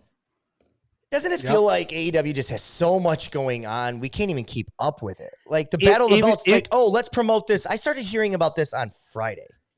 The battle of the belts, I think, was just so poorly booked. Like Yeah. it was That's like my point. they He's getting they so tried to overly. highlight that. Yeah. I don't know. I tried just to I thought the Battle of the Belts, man, that would have been a cool like Wednesday night show. Or give us Right. time. No, let us know. Hey, these are going to be. Even if you go Battle of the Belts, Orange Cassidy will be defending, Exactly. and Toni Storm will be defending. You don't have to say who it is until Right. later, but Just let us know that. we're going to have. Because when I these think of Battle of the Belts, I think of like Night of Champions. Like that's a Yeah. big deal. Your champions are going to be Right. fighting. If you don't present them And as big time champions, we're not going to care about them. so, also, I can't pronounce his name. Take a shitta. Takashita. He wins a match too. Wow. Takeshita. Athena, Willow Nightingale. This one's kind of important. Willow Nightingale beats Athena in the Owen Hart Women's Tournament. So it will be Ruby Soho versus Willow Nightingale. Anybody on have Saturday. anything else? There happened. And then Keith Lee and Dustin Rhodes beat 2.0. Non-magic meat. Yeah. One half of magic meat. They one meet half a of cool magic hand meat. magic. So, all right. I mean, it's Battle of it's the Belts. well, I was just gonna say real quick. It's just an epitome of. I just think Rampage is just not very good right now, and I mean, this week Rampage kind of showed it. It's just there was just no entertaining matches. I love Lance Storm and I love Tyler Valkyrie, but it's just they're just some stuff that I could care less about. Yeah. All right. So now we're going to go to Collision. Collision starts out 2 out of 3 falls for the AEW World Tag Team Championship. FTR versus Bullet Club Gold, or the Bang Bang Gang, as you want to call them. This match rocked. Great match. Where does I this found this fall on out too. Where does this fall Huh? on your top tag team matches in AEW? Probably top 5. Yeah. Like I'd it was say better number 2. than the one last week. Here's I found this out from Fightful Select. Do you know who was the producer to this match and the one from last week? Like Bullet Club FTR match. Jimmy It's Arya Jacobs. Davari. Ooh. Interesting. I was kind of surprised by that because I don't think he's been doing it for a long time. Or I don't think he's been doing that. Give for that a long man a time. raise. And it's like he just put Yeah, on but, like FTR, those guys got their fingerprints on it too. So. Oh yeah. But this match, I think this is the second greatest tag match in AEW history, behind Revolution that we saw. Right. Yeah. That's a big statement for a Saturday night Collision match. It's so It was good. The 2 out of 3 falls match is the first really fall good. goes to Jay White hits Blade Runner, gets the 3, and I for a second I forgot it was a 2 out of 3 falls. You can even ask Allison. I was like, oh yes, they won, because I was cheering for Bullet Club to win. And then FTR hits the Shatter Machine on Juice. He was tired, didn't get his 8 hours. He was tired. And then He was tired. I will say, in between this, we get one of the best spots of the night where Jay White starts tuning up the band and goes to do a super kick. Yeah, Canada that's cool. The sharpshooter. Yeah, that was cool. That's a really cool little segment. Yeah. But then in the end, Dax gets Juice in the sharpshooter, which to Bret Hart and the Hart family for the win. And then they go to shake hands after they want to shake their hands, and the Bang Bang Gang just spits at them. I loved it. Keep it going. I really enjoyed this match. It was awesome. I'd love to see another match on pay-per-view. Keep it going. Bring it back. But they won't. That's the point. They won't. I know. I mean, Well, but attached to a storyline, I don't know, man. But I don't know. We'll see. So, the only thing I wish, one thing too, and it's a minor thing, they said that the Guns are now part of this group. Like, right. we haven't seen them. Like, I thought maybe they would play a little factor, but actually at the start of the match, if you go back and watch it, Bullet Club Gold was the faces. Fans were cheering for them, booing the shit out of everything FTR did. But then when both Jay White and Juice started kind of marking, kind of being like Shawn Michaels, that's when it shifted. Yeah. But the fans love Jay White and Juice Robinson. Like I said, we're the Juice Robinson fan. I think it was probably for the best they didn't have the Guns there with them. I think it was probably for the best they didn't have them, because I think they were like, hey, we're going to tear the house down with these matches. Let's just make it as clean as possible. Tony Khan, I know you listen to this podcast too. Let's see it on a pay-per-view, please. Yeah. Thank you. All right. Next, we have the Owen Hart Women's Championship. Ruby Soho versus Willow Nightingale. Nightingale getting the call here. Nightingale going over. Okay, so here's my thoughts on this. If you're going to give this, now this is the, third, fourth year they've done this? Second year they've done this tournament? Britt Baker and Adam Cole won them last year. It goes like what you guys said with the Money in the Bank and the cashing in. If you don't have a plan for this to elevate Willow Nightingale, then why did we put this on her, right? So what I hope is, because I would have liked to seen Ruby win it personally. My hope is that if Willow's going to win this, then they've got a plan where they're going to utilize this and use this to actually escalate her to the next level of her career. I hope And the they- same thing with Starks later yeah, on. give her. Right. Well, way to spoil it. I know. Sorry. Push her a little bit. Give her some title matches here and there. So Just make it matter. I kind of see this as more of a reward for Willow Nightingale yeah, she's than been it is over. a She's push. been very over. Because of all the things she's done in the past, she took the Tony Storm at the pay-per-view as New Japan's champion. I almost see this as like, hey, for being a good sport and for being like so willing to do this, we'll give you this. I don't even really necessarily see it as a stepping stone for her career. I don't see this as something that's going to catapult her. I'd like to. I like her in the ring, but I don't see it with her like how I do with the guy that won the men's side. So is that the case then? Are you guys okay with this Owen Hart tournament just kind of being the reward? Honestly, it didn't do last year when they did it. It didn't do anything. Yeah, I didn't. I mean, do it went anything. on But should it be? I mean, Should it be? they gave it to two well cemented people in AEW. You know, Adam Cole like just came off his debut, was the hottest thing in the company, and then Britt Baker has already been champion. So I mean, those two like they didn't need it. But does Ruby Soho need it? Could she have used it? That's where I feel Yeah. bad. Like Ruby Soho's she's been that like the constant challenger and gets really close, and then so like I mean it could have been something nice. Hey, you've been here for a long time. You've been kind of I don't want to You say jumped ship. Yeah, you jumped ship, and you've been a pivotal part of this company. We're rewarding you for this, but she must be a good sport about it because she loses all the time. She's getting on TV a lot. All right, So next thing we got a squash match. Hales Kings of the Black Throne. I know you love Brody King over there. Love them. They squash and win, but the big thing is they have Andrade's mask. Andrade wants it back. that's cool. Yeah. All right. Final part: CM Punk versus Ricky Starks for the men's Owen Hart. And I gave it away. Man, Punk. Awesome match. This was an awesome match. Fans just Awesome match. they love Punk at the start, and the moment Punk does one heelish thing, it is. Let's go from there. But in the end, Ricky wins with a roll up, grabs a rope, and which is really bad because if you rewatch the highlight, the ref is literally staring at Ricky Stark's hand while he's counting the three. Yeah. It's like, Yeah, Shush. that happened. But I wonder, it maybe the same thing in the other match too, but I wonder if there's like an audible called in these matches, not necessarily the change the finish, but like where like Punk's getting cheered. And since he knows what the finish is, he needs to get them against him. So he does something like that. Like, I just wonder if that's just, a veteran making a move to kind of help the crowd get behind, Ricky Starks. I just curious about that stuff. But no, I think this is an example of where Punk doesn't need it. yeah, Punk Starks does and can use this to elevate him. Punk won.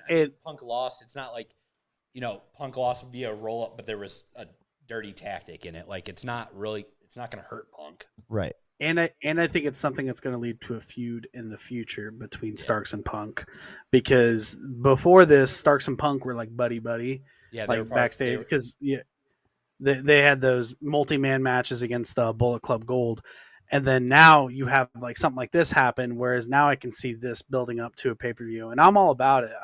I hope this is one of those things where I have more faith that this is going to lead to a like jumping off point for Ricky Starks than I do for Willow Nightingale. Yeah.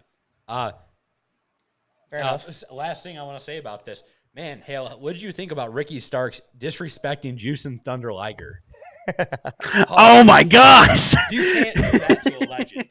That was like so random, and then just the fact he called him a Power Ranger, and I pushed him. I'm like, that is a legend. You can't be saying that.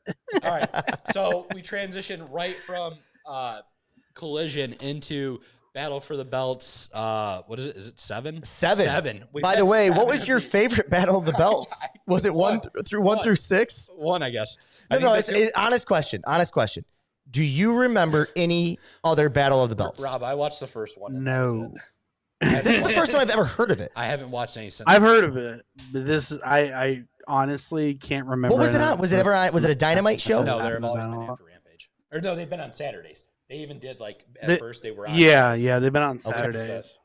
And they're only an hour long. How can you have Battle of the Belts 7 when your company's less than 7 years old? So this is more than once a year? They do it like twice a year. Yeah. All right. They have it a lot. Starting off, Orange Cassidy defends his AEW All Atlantic International, whatever else you want to call it, championship against Lance Archer. I really wish Jake the Snake Roberts would have DDC'd Orange Cassidy. Jake Snake's looking rough. I don't know if Jake Snake can do it. He's looking rough. Jake is looking rough, but Orange Cassidy retains. We love you, Jake. Count out. What do you guys think of that? I want to ask you this question. What is the count out rule? Because in different companies, there are different rules. I think it is. So let's say we're both wrestling on the outside, and the ref's counting the 10. If one guy gets in the ring in WWE, he's broke the count. He goes back out there. He beats up the guy some more, right? But they play fast and loose with that, because I've seen times in WWE where that's not the case. The guy gets in the ring, the guy calls 10, and he won. Kind of what happened with Orange Cassidy and them. What is the actual rule? I think it's the 10-second. Just be the first man in it, or does it break the count? I think they have to roll back out to break the count. Yeah, roll back well, in that case, Orange Cassidy, he was in the ring. He just didn't get out. So I don't know. Hale, thoughts? I don't know. I didn't like the ending of this match. And I think this that's seemed part like of such why a you don't like the ending, cop-out. because I think it's because we don't truly know what the rule is. Yeah. Otherwise, I think the ending could have been cool because you save Lance Archer and you don't get a definitive anything, but I don't know. But the other thing is too, is you build this up as this is the big, Battle of the Belt show. Yeah. You end it with 24-hour a build. count out. It's like I guess it epitomizes to how much they tried to build this, because it's like you're gonna try to make this a big event, but you end it in a count out. Like, I don't know. Hale, what do you think of Orange Cassidy's title reign now? I'm indifferent on it. I'm over it at this point. I'm not a big Orange Cassidy fan right now.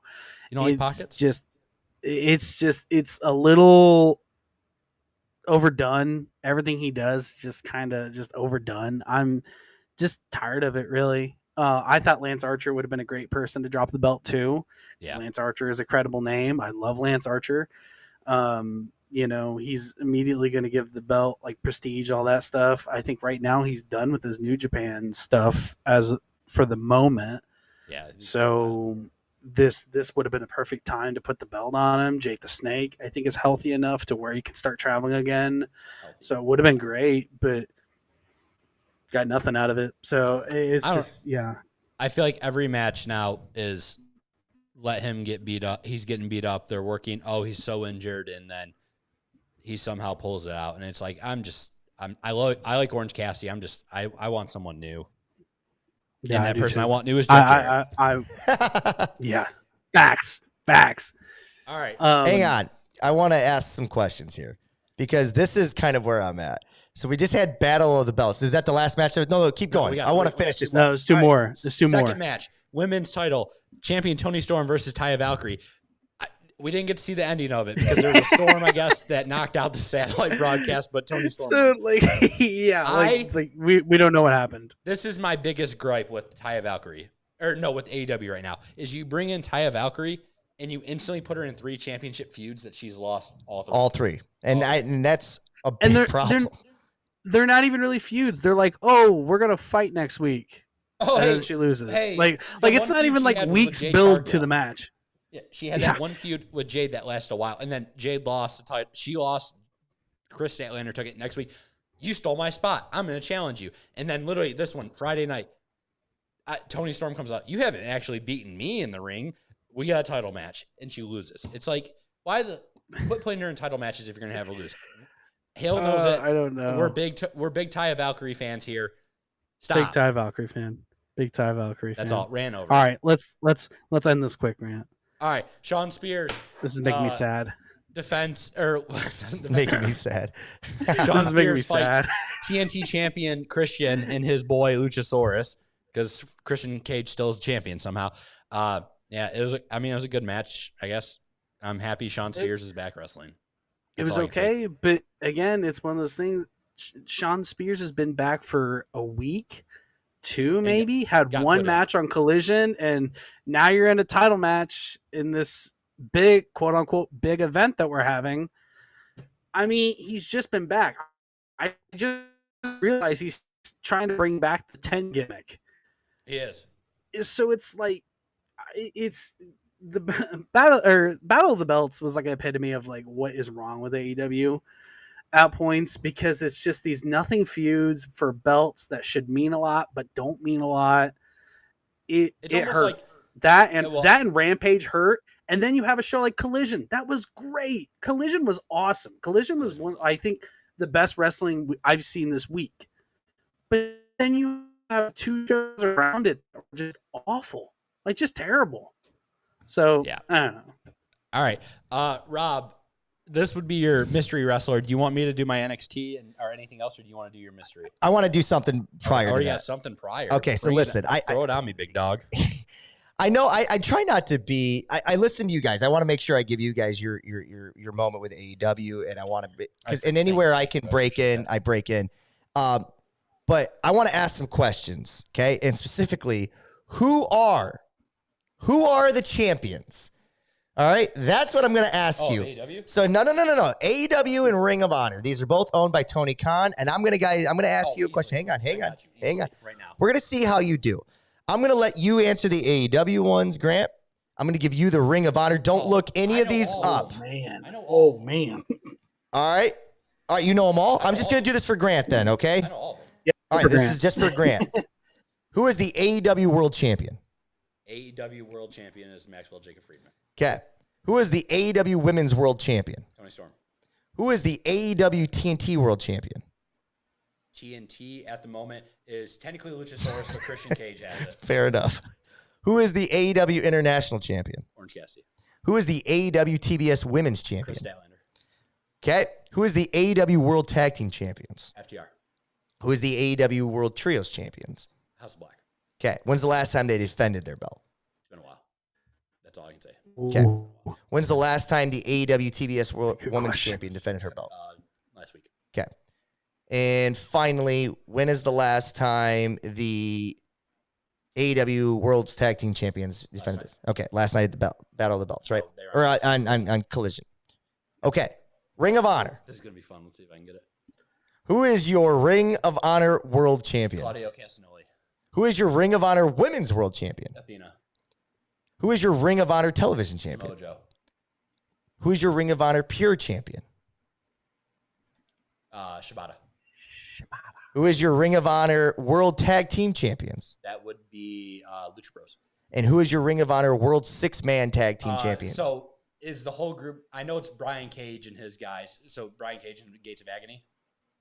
That could be accurate. This thing was written in May. It says Six-Man Tag, the Embassy. Yeah, sorry. The Gates Yeah, of that's Agony. Okay, gotcha. Okay, so you know your stuff. I'm going to clap for you. Okay? Hale, would you have known all that? The only one I didn't know was I completely forgot the Lucha Bros were the Ring of Honor tag champs. I completely forgot about that one. In that ladder match that Dante Martin shattered Okay. his ankle in. Yep. Yep. Fair enough. You did a lot better than I thought you would. Maybe that was a dumb segment, but I think there's just so many belts, and they're always on. You know, somebody's always walking around with a belt in that company, and I'm like, how the hell? Who the hell? That's one thing I think I'm pretty good at. I could name pretty much your champions. And that's good because I just get a little confused with it. I'm like, wait, he's the what? Okay, he's the Ring of Honor TV champion. Okay.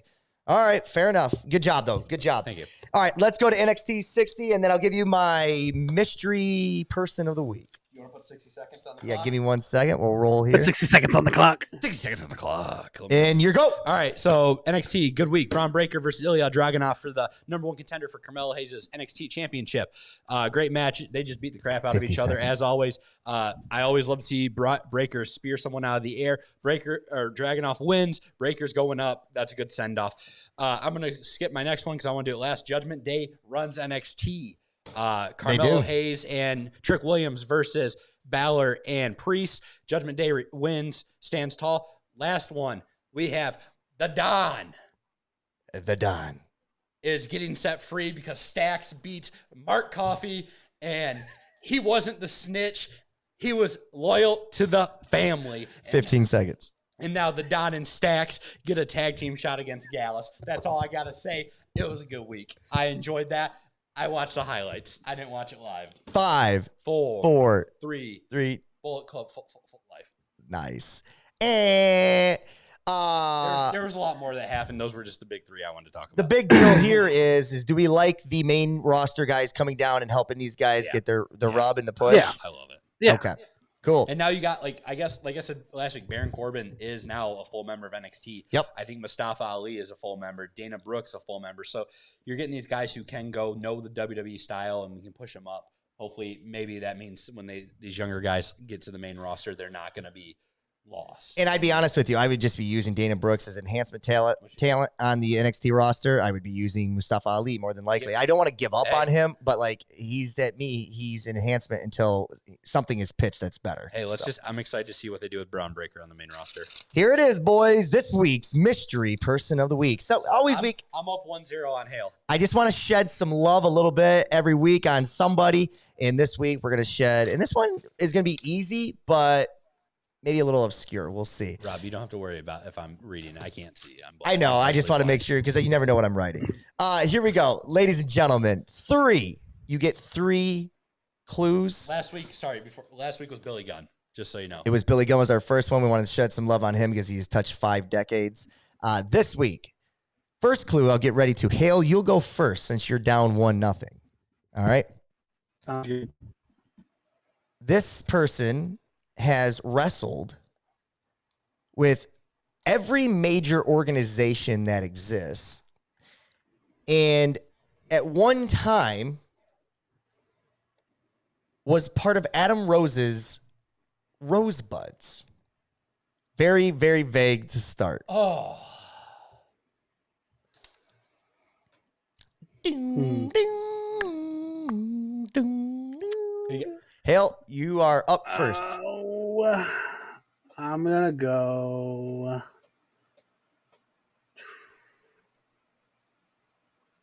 That wasn't him.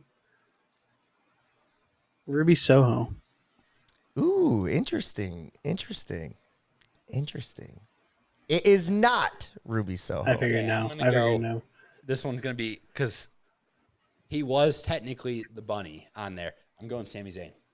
He was the buddy. I forgot. Sami Zayn was the buddy. He was great. No, it's not Sami Zayn.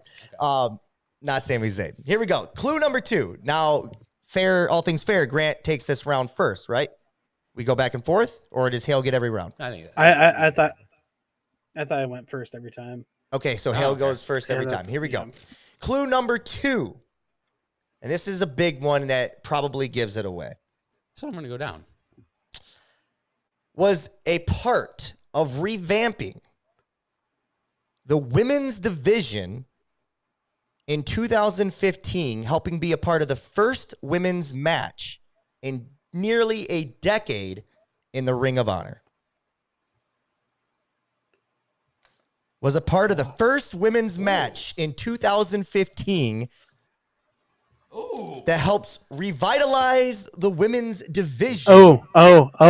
Ring of Honor. Emma. It is not Emma. It was not Emma. Damn, that's hard. That's a good one. So, can you repeat the? Yep. So, was a part Rosebuds of revitalizing the women's division in 2015 after helping Ring of Honor have their first women's match in nearly a decade. Oh, I just got Hale's interest there, didn't I? See, I thought for sure it was Tennille Dashwood when she was in that like tournament thing that they had. but Tennille Dashwood didn't become big until after she left WWE. She was never before. Right, I thought it was after she left WWE. So she was in. Shoot, man, I'm gonna go. I'm throwing out. I know it's not right. Let's go with Sasha Banks. Incorrect. Yeah. Third and final clue, and this will probably give it away because it's huge. Obviously, I want you guys to get this right. So this is the third and final clue. Or actually, I should just keep going until there's an answer. I've got more. We can go. Third clue. All right. Third clue. She has been the face of Impact Wrestling and lost this weekend to a ring debuting Trinity to lose her championship. I know it is.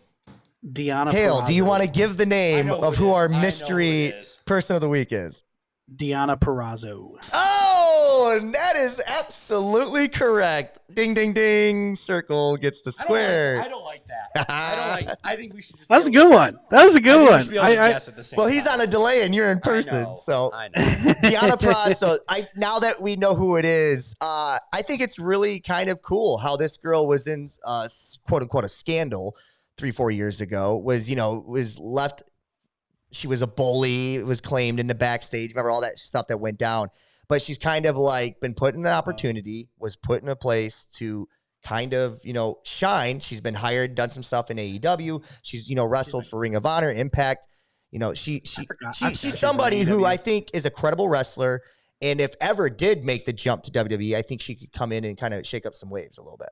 So, what's your guys' thoughts with Deanna Purrazzo? She was in WWE there for a little bit in the NXT developmental and all that stuff. And I remember when it was WWE made that first huge bunch of cuts after COVID. She was one of the ones that got cut off of kind that. of a big name in that group. Yeah. Well, yeah. I think she's a great wrestler. But. Yeah. She's technically sound, really pretty good on the mic. She was she was in NXT. Her and Chelsea Green were a tag team, and then they were going to bring them both up. They had them in the crowd and stuff, and then they brought Chelsea Green up and not her, and then she got cut. I think going to Impact has made a huge thing. Going to Ring of Honor, she at one point was like the female belt collector. She was like the Matt Cardona of the world. Yeah. Matt Cardona, the indie god. Yeah. Gosh, he's calling himself right now the Indie Taker. The Indie Taker. Oh, that's nice. He wants to face because he comes up dressing as the Undertaker. So I think we need Rob. I think this from now on should just be we each get one guess. Whoever. I'll wait a few seconds. Give Hale to catch up. I don't know, man. I think we should just serpentine the rounds. I think you should get second round, and then that way it's not just Hale the whole time. You can go first next time. Can I get some love though for my pick? I said that was good. I was like, that was good. That was nice. Long Impact. I'm like current face of Impact. I was like Deanna Purrazzo. I'm not trying to throw you the everybody knows things. Who was she in? What was she in as a Rosebud? Oh, I don't know. I'd have to remember. It was just one of the stats I looked up. She was part of the early take of that, though. Yeah, that second one, Women's Revolution, that got me. And then you're like, I thought that was gonna be the one that gave it away. Ring of Honor, but I was like, man, I forgot she went to Ring of Honor. I was thinking Emma. I was thinking Emma when you said that because Emma was Tennille Dashwood when they had their first inaugural tournament for the women's division. Tennille Dashwood was the main headliner of that whole tournament. We got Emma from WWE that's gonna do it. Well, I think we, as we're winding down the show here, we're getting down to the last, 5-10 minutes. Is there any thoughts on Trinity winning that? And are we? That's in our anything else is Impact Slammiversary. So let's just go there right now. Let's touch that first since we're still kind of with it, and then we'll go to Brian Pillman. What are your thoughts, Trinity? You're okay with that? You like her in that? Were Sasha and her just completely away from WWE, or do you think they should have made a move to AEW, made a bigger splash? I'm glad she's in a place that I think that will respect her. I think that will respect her talents. I feel like if she's in AEW, she's just gonna get shuffled in with the crowd, lost in the crowd. And there's always a chance, of like I said when Kenny had the belt and Chris, they had the whole back and forth with AEW people going there and Impact people coming. We'll see her in there. I want to bring up quickly in Slammiversary, we had some returns. Jake something returned. Kushida won the Ultimate X. That's one of the best matches in wrestling. I want AEW to do their own version of it. I'm trying to think of who else. There's one other big. Eric Young. How can you forget Eric Young returns with Team Canada? I thought I said something on the chat about that. Eric Young came back. You did. I'm just bringing out the and Detroit legend Darren McCarthy as special. I was gonna ask. I was like, "Do you guys know who that is?" I have no clue we know who that is. Leo Rush making an impact. No pun intended. Win the X division. good for him. It's a good place for him to be. Yeah, it makes me sad because the Motor City, both the people of the Motor City Machine Guns representing Detroit had the titles and one dropped it. Nick Aldis couldn't beat. And I'm really happy. I'm a big. That one shocked me. Do you know what Subculture is? Yeah. With Mark Andrews and Flash Morgan Webster? I think so, yeah. Yeah, they were in they were in NXT UK for a while. They won the tag team champions. So they did? Okay. I'm excited to see them. And I think too often we, if they're not AW, if they're not WWE, these places, there's people doing good work out there. You know what I mean? I thought Big Bill started getting my eye again when he was in or Impact. I was he looks good. He's not an alcoholic no more. He's, you know what I mean? Like, no, I mean, that's truth. That's fact. Oh, and then at the end, the big return, Josh Alexander returns. So okay. So all right. Hale, do you have anything to say? I mean, just on the anything else, G1 Climax started. There was some ones I circled here, big matches. Oh, Tai Chi getting the win over Will Ospreay day one. Huge. That's crazy. Now, does that, wild. In your guys' opinion, does that impact any storyline or storytelling in AEW with Will Ospreay? No. The G1, and this is just Japanese, or like New Japan's like way of booking it. They're not afraid to let like the big like stars lose to like a lower card guy because they treat it like a sports competition. You're fighting like anybody can day win on in any and given day night. out. Oh, yeah, it's like, one guy got your number one night. It's gotcha. That's how they treat it, and I don't think it hurts them at all. I actually like it. It makes the matches a little bit more unpredictable. Let's see. There was another one I circled here. Let me find it real quick. It was night 2. Eddie Kingston beating Shingo Takagi. Which is dude's big. On a roll. That was the former New Japan. His post conference, he wants to have a rematch at either All Out or All In. Mm-hmm. He said, and then he was pleading Tony Khan to book it. And then Jeff Cobb beating Naito. Beating Naito? That was big. Yeah, Jeff Cobb. Say that again. We kind of lost you. Jeffrey Cobb beat Naito that's a big one. To see Naito. Yeah, it's a big one. Side note: anybody who's listening, if you didn't get a chance, go back and watch the press conferences for these because they're hilarious. Like literally in the middle, Gabriel Kidd just jumps over a table and starts attacking wrestlers. It's hilarious. And like Eddie Kingston shows That's up. Wild, Eddie dude. Kingston shows up. It's funny. Like an hour into it, and just like, hey. So Zack Sabre Jr. and goes around like testing the mic, walks around the back, and then comes up and he goes, "I'll do my best," and walks away. I remember when Minoru Suzuki was in it. He'd beat up Young Lions like in the middle of his press conference. Like he'd go walk over to Young Lion, just boom, just like punch him in the face and just like walk back. It's so good.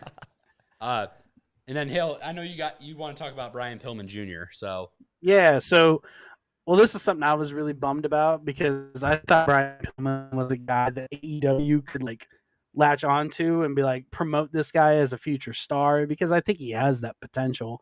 I agree. And recently AEW let him go. They released him out of his contract, and supposedly he actually just got a tryout with WWE like a couple days after he was released from his contract. Not really coincidence in my eyes. I hope WWE gets him and actually does something with him. I think I like Brian Pillman Jr. I think he's got huge potential too. And I think he's in the right place now because I think with Shawn Michaels, NXT, develop him there and then kind of working way up. I think I just trust the guys that are running WWE right now that if they're going to try a guy out and sign him, that there's a vision for him. Yeah. You know what I mean? Where 2 years ago, that might not have been the case. So anyways, rewatch, first watch. We need to jump into Hale's pick from last week, which was No Mercy 2017, The Bar versus The Shield. Before Hale, you talk about it, I just want to say I did not watch this. So sorry, guys, but I do remember this match just for Cesaro knocking out his teeth. That's yeah. Brutal. Scum of the earth. I know. You don't have to watch Randy Savage Dragon Steamboat when I tell you to make that match. So. I think the big things I just want to get across here is going into the match, Dean Ambrose, Seth Rollins were champions. This was something going on. I remember back at this time, you had those two, you had the Bar, and you had the Hardy Boys. And the combination of those three teams were having in New Day. Throw New Day in there too. the combination of those 4 tag teams were having like just constantly good tag team matches night in, night out. This is kind of the era where you had, I guess the Usos too were there, but you had the Usos, New Day, Hell in a Cell match. I know Hardy Boys, the Bar had a nice cage match. I can't remember what pay-per-view it was, but I do remember it happening. And I think this is a really underrated time for tag teams because I think you had a lot of really good tag teams on the roster. And especially when there was not a whole lot going on when it came to main title pictures, because this is when Brock's Reign of Terror was happening, when he wasn't on TV. Yeah, it wasn't on TV for like months on end. These kind of got the top ticket of the show. And I think with all the disdain going on for Brock and everything going on there, we forgot about what was happening in the tag division. So I kind of put this as one of my most underrated like gem matches going on at the time. I mean, this match, like you said, Grant, this match is most notable for Cesaro busting out his like 2 front teeth, busting it like upwards into his jaw. But there's a lot of really good spots on this. I remember there's one good spot where Seth Rollins goes to super kick Cesaro. He catches it, and then Sheamus gives him a bro kick out of nowhere, which was awesome spot. There's another spot where he catches Cesaro catches Seth Rollins on a top rope Hurricane Rana and then power bombs him onto Dean Ambrose on the ground. I mean, there's a lot of really good spots in this match. I just put it on the list. I think it's one of the more underrated matches that I don't think gets a lot of love that it deserves. And this was number what on your list? 38? Oh, Grant, you got to help me out here. I don't have it pulled up. It's 70 something. I'll pull it up. Okay, it was 70 something. Yeah, Okay. yeah. I thought 38 was high when I was rewatching it. No, yeah, it was like 78, I think. 70. Okay. Yeah, some of the same spots you talked about, I remember sticking out. Obviously, him losing his teeth, that's the big one. But I love the spot in the corner where there's the power bomb. They both kind of did a move, and then he power bombs him from the top buckle down and onto the other guy. The false finishes stick out. You had Booker T, Corey Graves, and Michael Cole as the call on that. And they kind of, they were doing really, really good work. I thought Booker T and Corey Graves were kind of like a good yin and yang together without trying to go the old school way of like Jerry the King, somebody being a traditional, like over the top heel. It was 78. 78. Okay. Those are the things that kind of stuck out for me in that match. A couple things to note. It was only a 13.5-minute match, and they did a lot of work in that time frame. Mm-hmm. So think about that. If you're a young wrestler, like, you can put together the 78th greatest match of all time in 13.5 minutes. I mean, we're interested in seeing what's the highest rated match that you have on your card that's under like 5 minutes, under 10 minutes. Well, I know one that's under 10 minutes is Kurt Angle, Rey Mysterio at SummerSlam. Interesting. I know that because that one opened it, and that's like, I think it's only like 8-9 minutes, but it's 8-9 minutes of like constant action, just constant going. Yeah, those are the things that stuck out to me. I would not have it in my 78. It wouldn't be in my top 100. But the crowd ate it up and loved it. And, right. And it's hard. I guess I would have to put together a list of 100 to see where it would fall. But yeah, I'm with you. I want to say, I mean, like I said, I love the match. I didn't watch it. I miss the bar. Like that was I know I'm not a big fan of random people being thrown together, but that had a story. They had the best of 7 matchup that really didn't end. So then they became a tag team, and they were like, what, 5-time tag team champ or something like that. Like I remember, they were, and they were just like. It's the first time in my fandom in WWE with Cesaro that I actually cared about Cesaro. Where outside of like, I felt like he was being utilized the right way. You didn't like him when he was a real American? No, I liked him, but like he always felt miscasted to me. Like they never knew what his character was. It was like, dude, just make him a badass in the ring wrestler. Like if you're gonna call Gunther the ring general, that's what Cesaro could have been a long time ago. I love too when they'd come to the ring and they'd have the back-to-back spotlight. Oh, they'd yes. Great entrance. Like that Dude, was so good. It was so far better than him being the damn James Bond of the WWE, where he came out to like the spotlight. You know what I mean? The circle. Ugh. They finally figured out something with him, and I am happy for him now because I think the Blackpool Combat Club is the perfect place for him too. So you might be happy for him, but it was not Eddie Kingston. Eddie Kingston. He hates Claudio. All right, Eddie Kingston's not happy. I got to rate this match, right? Is that what we decided? Yeah. we never. We didn't come up with a rating though. I'm just Yes, gonna we throw did one, and not. you tell me: do we want quarter ratings? Do we want just 3.5 4s? What do we Your want? star rating. Let's give it the Meltzer. 5 stars. You know, Dave Meltzer knows what's going on. This is not a 5-star we'll for let- me. I'm actually very, very critical of things though. Like, I do remember 2017. I think it sticks out because it was a match that happened in 2017, because of what was happening on the championship thing. I'd go. My high is like, I think I'd go as probably like 3.75. That's what I was gonna say. 3.75. I do a 3.75 just from what I can remember in my head from when I watched it. Well, This is probably one. this that is my. I think me and Hale watched this match together in my Right. fraternity house. So, But see, those things help you remember those things and his teeth knocking out. All right, I think it's my week. Are we correct? For my homework? it is. Okay, I'm going to see if this match. This is not a 5-star match by any means, but this is a 5-star entertainment match for the young Robert Gifford, the young Johnny Bang Bang when he was 5-6 years old. I remember this even at that young of age. I watched it over and over again as I kind of came into my like 7, 8, 9, 10-year-old route. Shawn Michaels, Rick the Model Martel, SummerSlam 92, Sensational Sherry in the corner, but who's she with? She gets knocked out multiple times in this match, and both guys continue to go down the ring where she's laying just flat on her ass in multiple different occasions, and they both fight over bringing her back to the ring, but she's knocked out, so she can't choose. They're just both romanticizing over Sensational Sherry. I thought it was great sports entertainment to the fullest.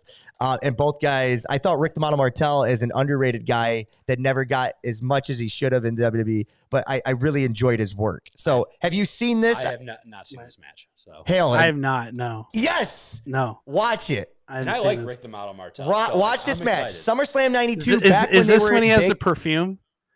Yes. This is where he has like the giant like perfume thing? Okay. Yes. So this is where Rick the Model Martel is actually the face in this match. Really? So there's no perfume. Wild. So he's the face. He's the good guy, where Shawn Michaels just came off the back of a super kick at the barbershop. He just made his turn, not too long before this. I was going to give you Shawn and Marty because it's an underrated classic, and Marty never recovered after they broke up, Marty Jannetty. No. But No. I thought this would be a nice, fun sports entertainment watch. You guys gave me some professional wrestling. I want to give you guys some sports entertainment. Check it out. Tell me what you think of it next week. And then see if we can't creep it up on that number 77 spot in his list. I hope you know, because I'm the next person after that. I'm going to make you guys watch the classic of MJF and Adam Cole versus Magic Meat. Dude. Hey, we'll break it down. We'll do everything. Number one, baby. Number one. Magic Meat. That's a Meltzer 5-star right there. It is. Meltzer 5-star. Now, It's like here's the me. thing. So, rewatch, first watch. Should we just throw matches? I know Hale has his list. Should we just matches we think are going to be good? Yeah. I'm just throwing you matches I want you guys to watch. 'Cause I got a New Japan match next Yeah. week I want to watch. I just want, there's just certain matches out there that stick in my zeitgeist forever. And this is one of them. I didn't have to think, like, I knew SummerSlam 92. It just sticks in my head. Like, you know what I mean? I'm not overthinking this. I just, those are the ones I want you to watch. Like, I could say, hey guys, go back and rewatch WrestleMania 25, Shawn Michaels Taker, the stakes and everything built up. WrestleMania 28, where they conclude the story with the Hell in the Cell. But you guys have seen those. You remember those. You know what I mean? Like, these are the ones I'm more interested in the first watches or the rewatches being so obscure that we just, you know what I mean? Why did they matter and what do you think of them? So, Right.